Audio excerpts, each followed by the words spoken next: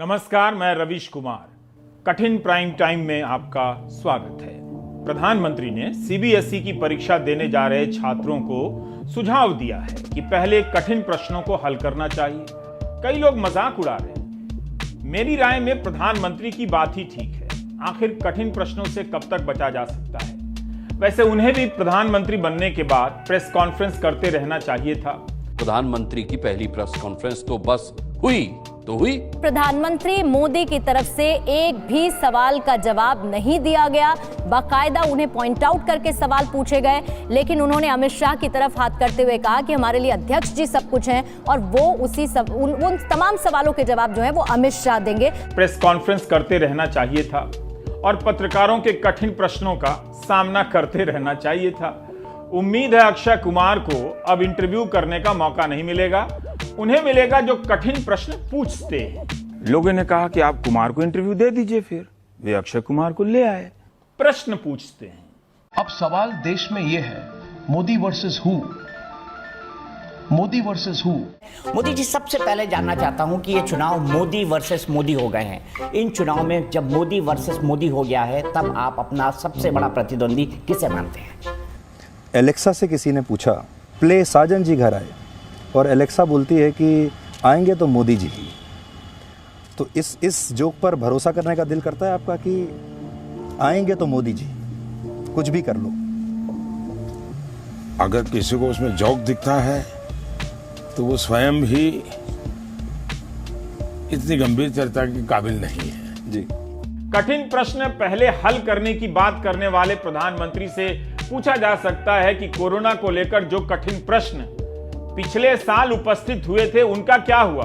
मोदी जी के पास हर चीज का सॉल्यूशन है। अगर पत्रकारों के पास कोरोना को लेकर बहुत सारे प्रश्न हों तो उन्हें भी लंबा इंतजार करना होता है, क्योंकि स्वास्थ्य मंत्रालय सप्ताह में एक बार प्रेस कॉन्फ्रेंस करता है। इस दौरान होता यह है कि रूटीन प्रश्न भी सूख कर कठिन प्रश्न बन जाते। आपकी एक्सपायरी डेट है मोदी जी।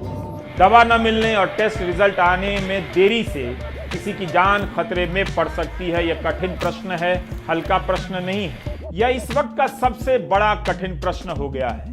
पहले हल नहीं किया गया तो क्या अब किया जाएगा? अब नरेंद्र मोदी ने जमाना बदल दिया। यह भी एक कठिन प्रश्न है। 24 घंटे में 1,26,000 से ज्यादा नए केस आए हैं। यह मजाक नहीं।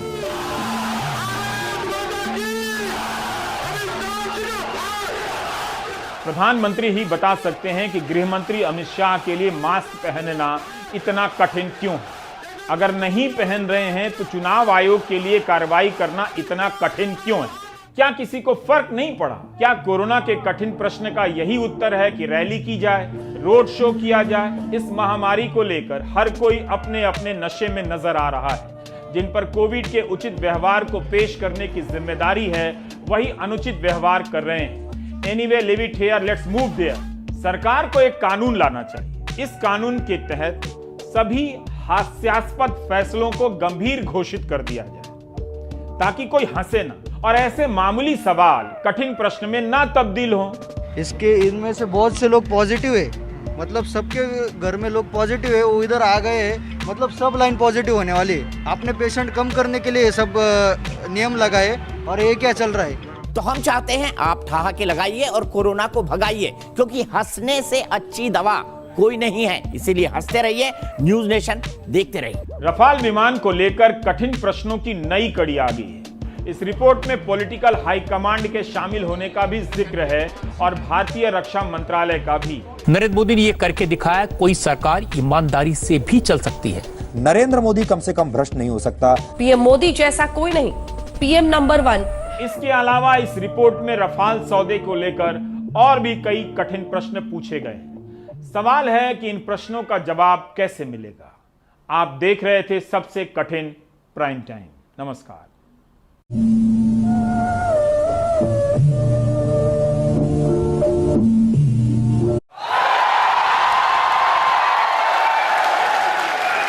अब एक और मैसेज आपको सुनाता हूं।